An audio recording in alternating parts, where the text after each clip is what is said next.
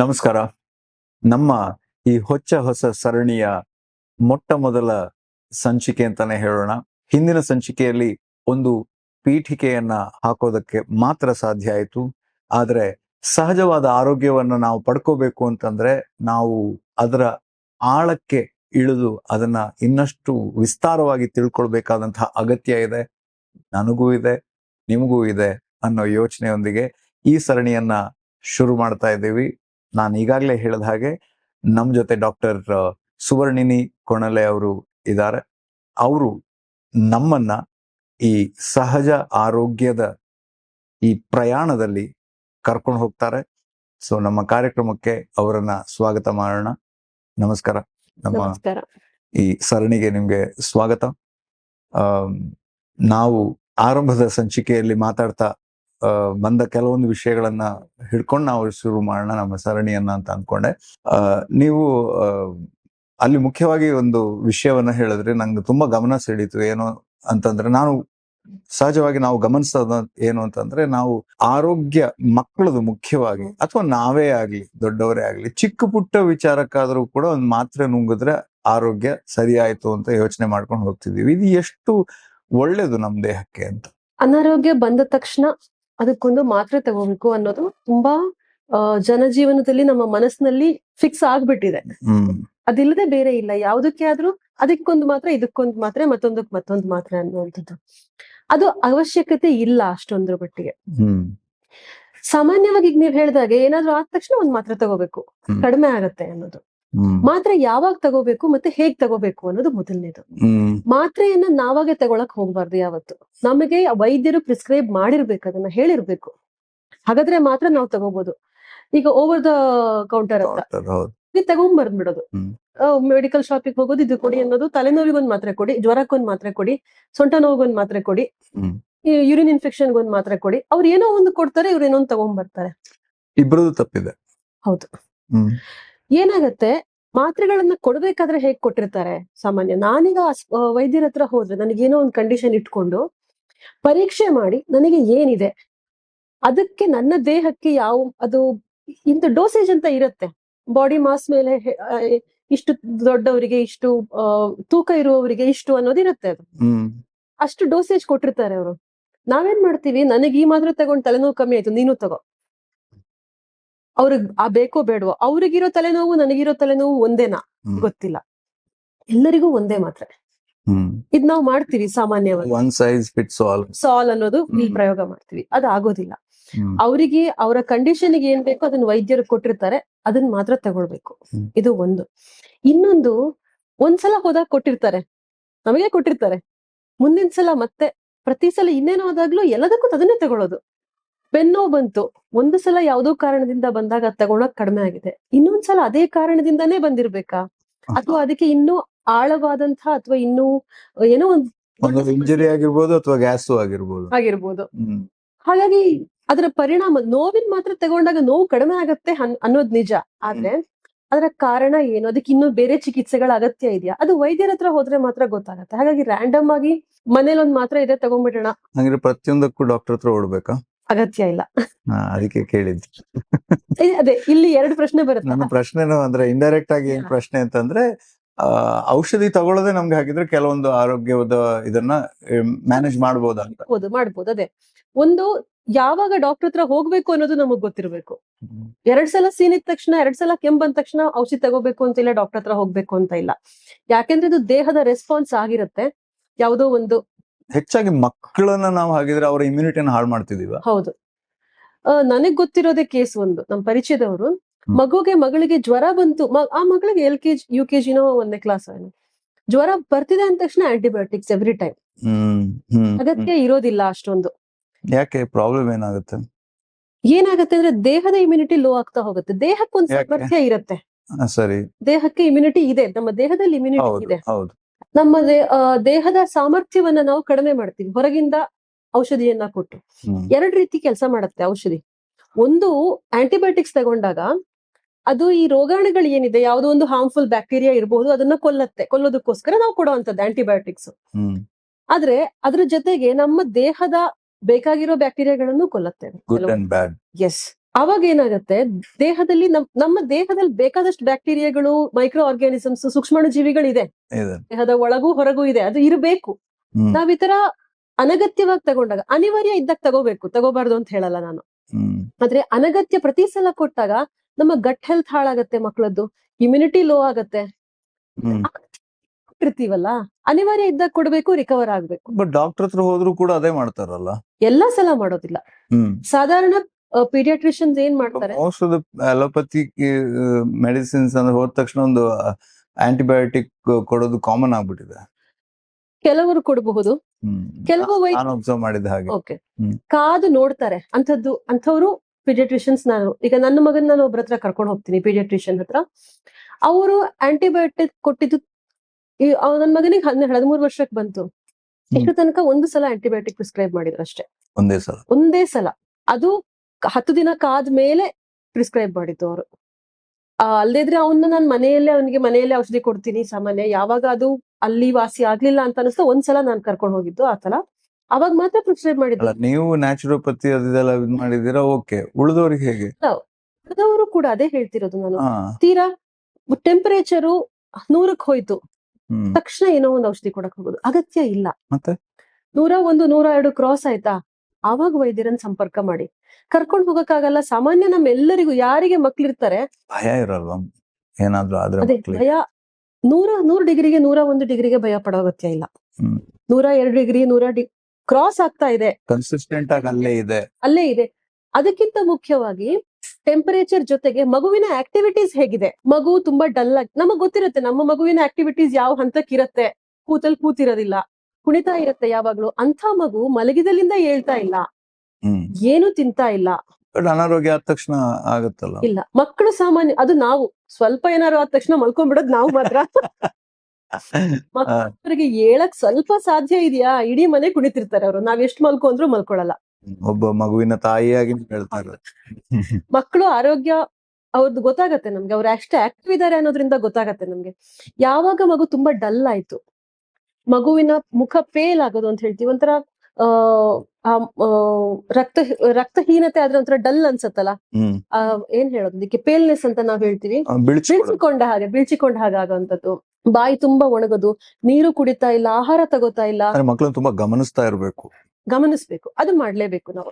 ಯಾವಾಗ ಮಕ್ಕಳು ಕೂತಲ್ಲಿಂದ ಎದ್ದು ಓಡಾಡಲ್ಲ, ಅಲ್ಲೇ ಮಲ್ಕೋತಾರೆ, ಅಷ್ಟು ಸುಸ್ತಾಗಿದೆ, ಅಷ್ಟು ಕಂಟಿನ್ಯೂಸ್ ಆಗಿ ಆಗ್ತಾ ಇದೆ. ಈಗ ಜ್ವರ ಬಂದಾಗ ಏನಾಗುತ್ತೆ, ಸ್ವಲ್ಪ ಟೆಂಪರೇಚರ್ ಹೈ ಹೋದಾಗ 101ಗೆಲ್ಲ ಹೋದಾಗ ಸುಸ್ತಾಗತ್ತೆ, ಮಕ್ಕಳು ಮಲ್ಕೋತಾರೆ. ಸ್ವಲ್ಪ ಹೊತ್ತಾದ್ಮೇಲೆ ಅರ್ಧ ಮುಕ್ಕಾಲ್ ಗಂಟೆ, 1 ತಾಸು 2 ತಾಸು ಮ್ಯಾಕ್ಸಿಮಮ್ ನಿದ್ದೆ ಮಾಡ್ತಾರೆ, ಮತ್ತೆ ಎದ್ದು ಓಡಾಡ್ತಾರೆ. ಕೂತ್ಕೊಂಡ್ರೆ ಕೂತ್ಕೊಳ್ಳಲ್ಲ. ಅದು ಅಬ್ಸರ್ವ್ ಮಾಡ್ಲೇಬೇಕು. ಮಕ್ಳು ಆಕ್ಟಿವ್ ಆಗಿದಾರಾ? ಸ್ವಲ್ಪ ಆದ್ರೆ ಹೆಚ್ಚಾಗಿ ಜ್ವರ, ಬೇದಿ ಈ ತರದ್ದೇ ಜಾಸ್ತಿ, ಅದ್ರ ಮೂಲಕನೇ ಗೊತ್ತಾಗೋದು. ಮತ್ತೆ ಬೇದಿ ಇನ್ನೊಂದು ಮಕ್ಕಳಿಗೆ ಕಾಮನ್ ಆಗಿ, ಇತ್ತೀಚೆಗೆ ಸ್ವಲ್ಪ ಕಡಿಮೆ. ಯಾಕಂದ್ರೆ ಮಕ್ಕಳನ್ನ ನಾವು ಯಾವುದೇ ಇದಕ್ಕೆ ವಾತಾವರಣದಲ್ಲಿ ಹೊರಗಡೆ ಬಿಡ್ತಾನೆ ಇಲ್ಲ. ಅತಿಯಾದ ಹೈಜೀನ್ ಅನ್ನ ಮೇಂಟೈನ್ ಮಾಡ್ತಾ ಇದೀವಿ. ಸೊ ಏನು ಆಗೋದೇ ಇಲ್ಲ ಮಕ್ಕಳಿಗೆ. ಆ ನ್ಯಾಚುರಲ್ ಇಮ್ಯೂನ್ ರೆಸ್ಪಾನ್ಸ್ ಗಳೇ ಬರೋದಿಲ್ಲ. ಅದು ಒಳ್ಳೇದಲ್ವಾ? ಒಳ್ಳೇದಲ್ಲ. ಏನಾಗತ್ತೆ, ಒಂದ್ ದಿನಕ್ಕೆ 4-5 ಸಲ ಆದ್ರೆ ಬೇದಿ, 3ರಿಂದ 4, ಕೆಲವೊಂದ್ಸಲ 5 ಸಲಾನು ಏನು ಸಮಸ್ಯೆ ಇಲ್ಲ. ಆದ್ರೆ ಬೇದಿಯ ಕನ್ಸಿಸ್ಟೆನ್ಸಿ, ಕಲರ್ ಚೇಂಜ್ ಆಗಿದ್ಯಾ, ಗ್ರೀನಿಶ್, ಬ್ಲಾಕಿಶ್, ರಕ್ತ ಬರೋದು, ಇದನ್ನ ನೋಡ್ಬೇಕಾಗತ್ತೆ. ರಕ್ತ ಎಲ್ಲ ಇದ್ರೆ ಬ್ಲಾಕ್ ಆಗ್ಬೋದು, ಫ್ರೆಶ್ ಬ್ಲಡ್ ಇರಬಹುದು, ಅಥವಾ ಎಲ್ಲಿ ಗಾಯ ಆಗಿದೆ ಅನ್ನೋದ್ರ ಇಂಟರ್ನಲ್. ಮತ್ತೆ 3-4 ಸಲ ಆದ್ರೆ ಅದು ದೇಹದ ರೆಸ್ಪಾನ್ಸ್ ಆಗಿರುತ್ತೆ. ದೇಹದಲ್ಲಿ ಬೇಡದೆ ಇರೋ ಅಂಶ ಇದೆ, ಅಥವಾ ಏನೋ ಜೀರ್ಣ ಸರಿ ನಡೀತಾ ಇಲ್ಲ. ದೇಹನೇ ಬೇದಿ ಆಗುವಂತದ್ದು is a natural way of healing. ಯಾವಾಗ ಅದು ಅತಿಯಾಗತ್ತೆ, ಮತ್ತೆ ಇನ್ನೊಂದು ಮಗುವಿನ ಆಕ್ಟಿವ್ನೆಸ್ ಕಡಿಮೆ ಆಗತ್ತೆ, ಆಕ್ಟಿವ್ ಇರಲ್ಲ, ಮಗು ಮಲ್ಕೊಂಡ್ಬಿಡತ್ತೆ. ಅಂದ್ರೆ ಈ ಸುಮ್ನೆ ನೋಡ್ಕೊಂಡ್ ಕೂತ್ಕೊಳ್ಳೋದಲ್ಲ, ಅದಕ್ಕೆ ಪೂರಕವಾಗಿ ಏನ್ ಮಾಡ್ಬೇಕು ಅದನ್ನ ಮಾಡ್ಬೇಕಾಗತ್ತೆ. ಈಗ ಒಂದು ಆಹಾರದಲ್ಲಿ ಬದಲಾವಣೆ ಮಾಡ್ಬೇಕು. ಮೊದಲನೇದಾಗಿ ಮಗುಗೆ ಯಾವಾಗ ಹುಷಾರಿಲ್ಲ ಅಂತ ಆಯ್ತೋ ತಕ್ಷಣ, ಇಲ್ಲ ನೀನ್ ಇವತ್ತು 1 ದೋಸೆ ತಿನ್ಲೇಬೇಕು, 2 ದೋಸೆ ತಿನ್ಲೇಬೇಕು ಅಂತ ಒತ್ತಾಯ ಮಾಡಿ ತಿನ್ಸಕ್ ಹೋಗ್ಬಾರ್ದು ಮಗುಗೆ. ಮೊದಲನೇದು ಗಂಜಿ, that is the best food. ಇಲ್ಲ ಡೈಲ್ಯೂಟೆಡ್ ಹಾಲು, ತಾಯಿ ಎದೆ ಹಾಲು ಕುಡಿಸೋ ಮಗು ಆದ್ರೆ ಬ್ರೆಸ್ಟ್ ಫೀಡಿಂಗ್ ಮಾಡಬಹುದು, ಎದೆ ಹಾಲು ಕುಡಿಸ್ಬೋದು. ಸ್ವಲ್ಪ ದೊಡ್ಡ ಮಗು ಅಂತ ಆದ್ರೆ ಗಂಜಿ ಇಸ್ ದ ಬೆಸ್ಟ್ ಫುಡ್ ಮಕ್ಳಿಗೆ ಕೊಡೋದು. ಗಂಜಿಗೆ ಸ್ವಲ್ಪ ಮಜ್ಜಿಗೆ ಅಥವಾ ಬರೀ ಉಪ್ಪು, ನಿಂಬೆ ರಸ ಒಂದ್ ಸ್ವಲ್ಪ ಏನಾದ್ರು ಹಾಕಿ, ಅದು ಗಂಜಿ ತಿಳಿ ನೀರಿರತ್ತಲ್ಲ, ಅದಕ್ಕೆ ಮಿಕ್ಸ್ ಮಾಡಿ ಸ್ವಲ್ಪ ಕೊಡಬಹುದು. ಸ್ಟಾರ್ಚ್ ಇರತ್ತಲ್ಲ, ಅಂದ್ರೆ ಜೀರ್ಣಕ್ರಿಯೆಗೆ ಸಹಕಾರಿ ಆಗುವಂತ ಆಹಾರ, ಸುಲಭವಾಗಿ ಜೀರ್ಣ ಆಗುವಂತದ್ದು. ನಾವು ಒಳ್ಳೇದು ಅಂತ ಇನ್ನೇನೇನೋ ತಿನ್ಸೋದಲ್ಲ. ಹ್ಮ್. ಆ, ಮತ್ತೆ ಇನ್ನೊಂದು ಅದು ಜೊತೆಗೆ ಹಾಲು ಕುಡಿಸೋದ್ರೆ ಡೈಲ್ಯೂಟ್ ಮಾಡಿ ಕುಡಿಸ್ಬೇಕು. ಅದು ಅಂದ್ರೆ ನೀರಿನ ಅಂಶ ದಪ್ಪ ಸ್ವಲ್ಪ ಅಷ್ಟು ದಪ್ಪ ಹೌದು, ಇದ್ರೆ ಜೀರ್ಣ ಆಗಲ್ಲ ಕಷ್ಟ. ಆಗೋದಿಲ್ಲ, ಸ್ವಲ್ಪ ಡೈಲ್ಯೂಟ್ ಮಾಡಿ ಕುದಿಸಿ ಕುಡಿಸ್ಬೇಕು. ಇನ್ನು ಹಣ್ಣಿನ ರಸ ತೆಗೆದು ಕೊಡಬಹುದು. ಹ್ಮ್ ಈಗ ಒಳ್ಳೇದು ಅಂತ ತುಂಬಾ ಜನ ಡ್ರೈ ಫ್ರೂಟ್ಸ್ ಒಳ್ಳೇದು, ಇನ್ನು ಇಮ್ಯುನಿಟಿ ಜಾಸ್ತಿ ಆಗತ್ತೆ ತಿನ್ನು, ಬೇಡ. ಅಜೀರ್ಣ. ಅದು ಜೀರ್ಣ ಆಗೋದಿಲ್ಲ, ಸಹಜವಾಗಿ ಜೀರ್ಣ ಆಗೋದಕ್ಕೆ ಕಷ್ಟ. ನಟ್ಸ್, ಗೋಡಂಬಿ, ಬಾದಾಮಿ, ವಾಲ್ನಟ್ ಏನೇ ಇರಬಹುದು, ಅದೆಲ್ಲ ಜೀರ್ಣ ಆಗೋದಕ್ಕೆ ಕಷ್ಟ. ಹುಷಾರಿಲ್ದೆ ಇದ್ದಾಗಂತೂ ಕೊಡ್ಲೇಬಾರ್ದು. ಇನ್ನೊಂದು, ಮುಂಚಿನ ಕಾಲದಲ್ಲಿ ನಾವು ಚಿಕ್ಕವರಿದ್ದಾಗ ಏನಿತ್ತು ಅಂದ್ರೆ, ಹುಷಾರಿಲ್ಲ ಅಂದ್ರೆ ಬ್ರೆಡ್ ಕೊಡಿ ಅಂತ. ಹೌದು. ಈಗ ಕಡಿಮೆ ಆಗಿದೆ ಅಂತ ಅನ್ಕೋತೀನಿ. ರಸ್ಕು ಬ್ರೆಡ್, ಬ್ರೆಡ್ ರಸ್ಕ್ ಮತ್ತೆ ಬ್ರೆಡ್ ಜೀರ್ಣಕ್ಕೆ ಇನ್ನೂ ಕಷ್ಟ. ಅದು ಯಾಕೆ ಅದು ಬಂತು? ಅದು ಬಂದಿರೋದು ಯಾಕೆ ಅಂದ್ರೆ ಬ್ರಿಟಿಷರ ಕಾಲದಿಂದ ಬಂದಿದ್ದು, ಯುರೋಪಿಯನ್ಸ್ ವೆಸ್ಟ್ ಇಂದ ಬಂದಿದ್ದು. ಹೌದು, ಥಾಟ್. ಯಾಕೆಂದ್ರೆ ಅವರಲ್ಲಿ ಬ್ರೆಡ್ ಅನ್ನೋದು ಸಿಂಪಲ್ ಆಹಾರ, ಅಂದ್ರೆ ನಮ್ಗೆ ಅಕ್ಕಿ ಅನ್ನ ಹೇಗೋ ವೆರಿ ವೆರಿ ಬೇಸಿಕ್ ಆಹಾರ ಅವರಲ್ಲಿ ಅದು. ಸೊ ಹಾಗಂತ ಈಗ ಗೋಧಿ ಅಥವಾ ಈಗ ರಾಗಿ ಆ ತರದನ್ನೇ ಸಹಜವಾಗಿ ಬಳಸುವವರಿಗೆ ಜೋಳ ಅವಾಗ ಅದನ್ನ ಬಳಸ್ಬೇಕು. ನಾನು ಅಕ್ಕಿ ಅಂತ ಬಳಸಬೇಕು. ಬಳಸ್ಬೇಕು. ನಾನು ಯಾಕೆ ಅಕ್ಕಿ ಅಂತ ಹೇಳಿದೆ ಅಂದ್ರೆ, ನಾನು ಅಕ್ಕಿ ಅದೇ ಅದೇ. ತಿನ್ನುವ ಪ್ರದೇಶದವಳು, ಹಾಗಾಗಿ ಹೇಳಿದೆ. ಯಾರು ಜೋಳ ಅಥವಾ ರಾಗಿ ಬಳಸುತ್ತಾರೆ ಅವಾಗ ಅದನ್ನ ಗಂಜಿ ರೂಪದಲ್ಲಿ ಕೊಟ್ರೆ ಒಳ್ಳೇದು. ರೊಟ್ಟಿ ಮುದ್ದೆ ಆತರ ಮಾಡ್ಕೊಳ್ಳೋ ಬದಲು ಗಂಜಿ ರೂಪದಲ್ಲಿ ಕೊಟ್ರೆ ಬೇಗ ಜೀರ್ಣ ಆಗುತ್ತೆ. ಜೀರ್ಣಕ್ರಿಯೆ ಅಂದ್ರೆ ಹೌದು, ಅದು ಸುಲಭ. ನಮ್ಮ ದೇಹದ ಭಾಗವಾಗಿ ಸುಲಭದಲ್ಲಿ ಹೇಗಿದಾಗತ್ತೆ ಆ ತರದ ಆ ತರದ ರೂಪದಲ್ಲಿ ಕೊಡ್ಬೇಕು. ನೀರಿನ ಅಂಶ ಜಾಸ್ತಿ ಕೊಡ್ಬೇಕು. ಆಗ ಗಂಜಿ ಅಂದ್ರೆ ನೀರಿನ ಅಂಶ ಜಾಸ್ತಿ ಇದ್ದೇ ಇರುತ್ತೆ ಅದರಲ್ಲಿ. ಸೊ ಆ ರೂಪದಲ್ಲಿ ಆಹಾರ ಕೊಡ್ಬೇಕು. ಅಂದ್ರೆ ಪಚನ ಕ್ರಿಯೆ ಸುಲಭ ಆಗ್ಬೇಕು. ಯಾಕಂದ್ರೆ ಆ ಟೈಮಲ್ಲಿ ನಮ್ಮ ದೇಹ ಏನ್ ಅನಾರೋಗ್ಯ ಇದೆ ಅದ್ರ ಜೊತೆ ಹೋರಾಡೋದಕ್ಕೆ ಎನರ್ಜಿಯನ್ನ, ಶ್ರಮವನ್ನ ಹಾಕ್ಬೇಕೆ ಹೊರತು ತಿಂದಿದ್ದು ಜೀರ್ಣ ಮಾಡೋದಕ್ಕಲ್ಲ. ಜೀರ್ಣ ಮಾಡೋದಕ್ಕೂ ಒಂದಷ್ಟು ಶಕ್ತಿ ವ್ಯಯ ಆಗತ್ತಲ್ಲ, ದೇಹ ಒಂದಷ್ಟು ಹಾಕ್ಬೇಕಾಗತ್ತೆ ಅಲ್ಲಿ. ನಾವು ಆವಾಗ ಅಜೀರ್ಣ ಆಗೋದು, ಅಜೀರ್ಣ ಆಗತ್ತೆ. ಅದಕ್ಕೆ ಆ ಶಕ್ತಿ ಇರಲ್ಲ. ಜೀರ್ಣ ಮಾಡ್ಕೊಳ್ಳೋ ಸಾಮರ್ಥ್ಯ ಬೇಕು. ಈಗ ಬೆಂಕಿ ಅದನ್ನ ಹೇಗೆ ತಿಳ್ಕೊಳ್ಳೋದು, ಹೇಗೆ ನಾವು? ಹಸಿವು ಆಗಲ್ಲ. ನೋಡಿ, ನಿಮ್ಗೆ ಜ್ವರ ಮತ್ತೊಂದು ಬಂದಾಗ ಹಸಿವು ಆಗಲ್ಲ. ನಾವು ತಿನ್ಬೇಕು ಅನ್ಕೊಂಡು ತಿಂದಿರ್ತೀವಿ ಹೆಚ್ಚಿನ ಸಂದರ್ಭದಲ್ಲಿ. ಕೆಲವು ಮೆಡಿಕೇಶನ್ ತಗೊಂಡಾಗ ಹೆವಿ ಮೆಡಿಕೇಶನ್ ಆವಾಗ್ಲೂ ಕೂಡ ಸಿಂಪಲ್ ಆಗಿ ಗಂಜಿ ಇಂಥದಕ್ಕೆ ಅಥವಾ ಅನ್ನನೇ ಊಟ ಮಾಡ್ಬೇಕು. ನಾಲ್ಗೆ ಮೆಚ್ಚಲ್ವಲ್ಲ, ರುಚಿ ಆಗಲ್ಲ. ನಿಂಬೆ ಹಣ್ಣಿನ ರಸ, ಕಾಳುಮೆಣಸು, ಇಂಥದ್ದು, ಜೀರಿಗೆ, ಇಂಥದ್ನೆಲ್ಲ ಬಳಸಬಹುದು. ರುಚಿ ಆಗಲ್ಲ ಅಂತ ಏನೋ ವಿಶೇಷವಾದ ಇನ್ನೇನೋ ಒಂದು ಮಾಡ್ಕೊಂಡು ತಿನ್ಬಾರ್ದು. ಬಟ್ ಇಂಥ ಬೇಸಿಕ್ ಇದನ್ನ ಹಾಕೊಡ್ರೆ ಆಗತ್ತೆ. ಇನ್ನೊಂದು, ರುಚಿ ಅನ್ನೋದು ನಮ್ಮ ಮೈಂಡ್ ಅಲ್ಲೂ ಇದೆ ಒಂದಷ್ಟು. ನಾವು ಇಲ್ಲ, ನಾನು ವಾಸಿ ಆಗ್ಬೇಕು ಇದನ್ನ ತಿಂತೀನಿ, ಔಷಧಿ ತರ ತಿಂತೀನಿ, ಗಂಜಿನ ತಿನ್ಬಹುದು. ಗಂಜಿಗೊಂದು ರುಚಿ ಇದೆ. ಬರೀ ಗಂಜಿಯನ್ನ ತುಪ್ಪ ಉಪ್ಪು ಸ್ವಲ್ಪ ಹಾಕೊಂಡ್ರೆ ಅದಕ್ಕೂ ಒಂದು ರುಚಿ ಇದೆ. ರುಚಿ ಅನ್ನೋದು ಮನಸ್ಸಿನಲ್ಲಿದೆ. ಮತ್ ಹುಷಾರಿಲ್ದೆ ಇದ್ದಾಗ್ಲೂ ನನಗೆ ಎಲ್ಲಾನು ಬೇಕು ಅಂತ ಆಸೆ ಪಡೋದು ಆಸೆ ಆಗತ್ತೆ, ಅತಿ ಆಸೆ ಆಗತ್ತೆ ಅಲ್ವಾ? ಸೊ ಆಹಾರ, ಯಾವುದೇ ಹೊರಗಿನ ಆಹಾರ, ಪ್ಯಾಕ್ಡ್ ಫುಡ್ ಏನು ಕೊಡಕ್ ಹೋಗ್ಬಾರ್ದು ಮಕ್ಕಳಿಗೆ. ಹುಷಾರಿಲ್ದೆ ಇದ್ದಾಗ ಅವ್ರಿಗೆ ಆಸೆ ಪಡ್ತಾರೆ, ಇದನ್ ತಿನ್ನದೇ ಇದ್ರೆ, ಕೊಡದೇ ಇದ್ರೆ ಅವನು ಗಂಜಿನೂ ಊಟ ಮಾಡಲ್ಲ ಅಂತ ಇನ್ನೇನೋ ಕೊಡಕ್ ಹೋಗೋದು. ಅವಾಗ ಅದಕ್ಕೇನ್ ಪರಿಹಾರ? ಅದು ತುಂಬಾ ಎಲ್ಲರಿಗೂ ಕೂಡ ಎಲ್ಲರೂ ಫೇಸ್ ಮಾಡುವಂತ ಕಾಮನ್ ಪ್ರಾಬ್ಲಮ್ ಅಂತ ಅನ್ಸುತ್ತೆ. I hope you agree. ಏನ್ ಸೊಲ್ಯೂಷನ್? ಇಲ್ಲಿ ಒಂದು ಅಮ್ಮಂದಿರ ಕುಕಿಂಗ್ ಸ್ಕಿಲ್ಸ್ ತುಂಬಾ ಇಂಪಾರ್ಟೆಂಟ್ ಆಗುತ್ತೆ. ಇಲ್ಲಿ ಸಾಕೋದೇ ಕಷ್ಟ, ಇದ್ರ ಮೇಲೆ ಇದು ಅಂತ ಹೇಳ್ತೀನಿ. ಇಲ್ಲ, ಏನಂದ್ರೆ ನಾನ್ ಮಾಡಿದ್ದೇನು ಅಂದ್ರೆ, ಹುಷಾರಿಲ್ದೆ ಇದ್ದಾಗ ಮಗುವನ್ನ ಕನ್ವಿನ್ಸ್ ಮಾಡ್ಲಿಕ್ಕೆ ಗೊತ್ತಿರ್ಬೇಕು ನಮ್ಗೆ. ಕಷ್ಟ ಇಲ್ಲ ಅಂತ ಹೇಳಲ್ಲ, ನಾವು ಮುಂಚಿಂದ ರೂಢಿ ಮಾಡಿಸ್ಬಿಟ್ಟಿರ್ತೀವಿ ಕೇಳಿದ್ದೆಲ್ಲ ಕೊಟ್ಟು. That is the biggest danger. ಸಮಸ್ಯೆ ಆಗಿರುತ್ತೆ. ತಿನ್ಬೇಡ ಅಂದ್ರೆ ಹೇಗ್ ಕೇಳತ್ತೆ ಮಗು ಅಲ್ವಾ? ಬಟ್ ಹೇಗ್ ಕನ್ವಿನ್ಸ್ ಮಾಡ್ತೀರಾ? ಒಂದೊಂದು ಮಗುದು ಒಂದೊಂದು ರೀತಿ ಇರುತ್ತೆ. ನನ್ನ ಮಗನ ನಾನು ಕನ್ವಿನ್ಸ್ ಮಾಡೋ ರೀತಿ ಹೈಲಿ ಕಸ್ಟಮೈಸ್ಡ್ ವಿಷಯ ಪೇರೆಂಟಿಂಗ್ ಅನ್ನೋಂಥದ್ದು. ರುಚಿಕರವಾಗಿ ಅದನ್ನು ಮಾಡಬಹುದು. ಉಪ್ಪು ಹಾಕ್ಬೋದು. ನಾನು ಆಗ್ಲೇ ಹೇಳ್ತೇನೆ, ನಿಂಬೆ ಹಣ್ಣು, ಜೀರಿಗೆ, ಇಂಗು ತುಂಬಾ ಮುಖ್ಯ. ಇಂಗು ಒಂದು ಫ್ಲೇವರ್ ಕೊಡತ್ತೆ. ಈ ತರ ಕೊತ್ತಂಬರಿ ಜೀರ್ಣಕ್ರಿಯೆಯಲ್ಲೂ ಕೂಡ ಸಹಾಯ ಮಾಡುತ್ತೆ. ಹೌದು, ಯಾರಿಗೆ ಜೀರಿಗೆ ಇರಬಹುದು, ನೀವು ಹೇಳಿರೋ ಓಮ, ಇಂಗು ಇದೆಲ್ಲವೂ ಕೂಡ, ಇದೆಲ್ಲವನ್ನು ಹಾಕ್ಬೋದು. ಕಾಳುಮೆಣಸು ಇದೆಲ್ಲ ಹಾಕಿ ನಿಂಬೆ ಹಣ್ಣಿನ ರಸ, ರುಚಿ ಕೂಡ ಬರುತ್ತೆ, ಜೊತೆಗೆ ಆರೋಗ್ಯಕ್ಕೆ ಅರಿಶಿನ ಇದೆಲ್ಲ ಹಾಕಿ ಕೊಟ್ರೆ ರುಚಿ ಬರುತ್ತೆ. ಮತ್ತೆ ಹುಷಾರಿಲ್ದೆ ಇದ್ದಾಗ ಮಕ್ಕಳು ಜಾಸ್ತಿ ತಿನ್ನೋದು ಇಲ್ಲ, ಸ್ವಲ್ಪ ಒಂದ್ 4 ಚಮಚ ತಿನ್ಬಹುದು. ತುರುಕಬಾರ್ದು. ನಾವು ಫೋರ್ಸ್ ಮಾಡ್ತೀವಿ, ಇಲ್ಲ ಇನ್ನೊಂದಷ್ಟು ತಿನ್ನು. ಗಂಜಿ ಎಷ್ಟು ತಿನ್ನಿಸ್ಬೇಕು ಅಂತ ಅನ್ನೋದು ತಿಳ್ಕೊಳ್ಳೋದು ಹೇಗೆ? ಅದು ತಾಯಂದ್ರಿಗೆ ಗೊತ್ತಾಗತ್ತೆ. ಮಗುಗ್ ಹಸಿವು ಎಷ್ಟಿರುತ್ತೆ ಅಥವಾ ಅವಾಗ ಅವಾಗ ಸ್ವಲ್ಪ ಸ್ವಲ್ಪ ಕೊಡ್ಬೋದು. ಕೊಡ್ಬೋದು. ಮಗುಗ್ ಹಸಿವಾದ್ರೆ ತಾಯಂದ್ರಿಗೆ ಗೊತ್ತಾಗತ್ತೆ ಸಹಜವಾಗಿ. ಆವಾಗ ಒಂದಷ್ಟು ಒಂದ್ 4 ಸ್ಪೂನೋ 5 ಸ್ಪೂನೋ ಎಷ್ಟು ತಿನ್ನತ್ತೆ ಅದಷ್ಟು. ಜಾಸ್ತಿ ಒತ್ತಾಯ ಮಾಡಕ್ ಹೋಗ್ಬಾರ್ದು, ಕಡಿಮೆನೂ ಕೊಡಕ್ ಹೋಗ್ಬಾರ್ದು. ಒತ್ತಾಯ ಮಾಡೋದು ಹುಷಾರಿಲ್ದೆ ಇದ್ದಾಗ ಅಂತಲ್ಲ, ಬಾಕಿ ಜಾಸ್ತಿ ತಿನ್ಸೋದ್ ನಮ್ದೊಂದ್ ಸ್ವಭಾವ. ಮಗು ಅದ್ರ ಹೊಟ್ಟೆಲ್ ಪಾಪ ಅರ್ಧ ದೋಸೆ ತಿನ್ನಕ್ ಜಾಗ ಇರತ್ತೆ, ನಾವ್ 2 ದೋಸೆ ತುರುಗಿಸ್ತೀವಿ. ಇನ್ನೊಂದ್ ಏನ್ ಮಾಡ್ತೀವಿ ಅಂದ್ರೆ ಟಿವಿ ನೋಡಿ ಅಥವಾ ಫೋನ್ ನೋಡ್ತಾ ಇರ್ಬೇಕಾದ್ರೆ ತಿಂದಿದ್ ಗೊತ್ತಾಗಲ್ಲ ಮಕ್ಳಿಗೆ, ಹಾಗೆ ಅವಾಗ ಓವರ್ ಈಟಿಂಗ್ ಆಗ್ಬಿಡತ್ತೆ. ಅಂದ್ರೆ ಐ ಥಿಂಕ್ ಎಲ್ಲ ಪೇರೆಂಟಿಂಗ್ ಅಲ್ಲೂ ಕೂಡ ನಾನು ಅಂದ್ರೆ ಹೆಚ್ಚಾಗಿ ಗಮನಿಸಿರೋದು ಏನು ಅಂತಂದ್ರೆ, I am not a parent but I am a kid. ಏನು ಅಂತಂದ್ರೆ ಮಕ್ಕಳಿಗೆ ಚಿಕ್ಕಂದಿನಿಂದಾನೇ ಏನು ಇದು ಮಾಡೋದು ಅಂತಂದ್ರೆ, ನಾನ್ ಚಿಕ್ಕಂದಿದ್ದಾಗ ಇದು ಮಾಡಿದಂತಂದ್ರೆ ಚಂದಮಾಮನ ತೋರಿಸಿ ಇದು ಅಂತ. ಇವಾಗ ಟಿವಿ ಇದೆ, ಮೊಬೈಲ್ ಇದೆ. ಐ ಥಿಂಕ್ ಅದು ಪರಂಪರೆ ಮುಂದುವರೆದಿದೆ ಅನ್ಸುತ್ತೆ. ಮಾಧ್ಯಮ ಬೇರೆ ಆಗಿದೆ, ವ್ಯತ್ಯಾಸ ಇದೆ. ಆದ್ರೆ ಆ ಮಾಧ್ಯಮಕ್ಕೂ ಈ ಮಾಧ್ಯಮಕ್ಕೂ ವ್ಯತ್ಯಾಸ ಇದೆ.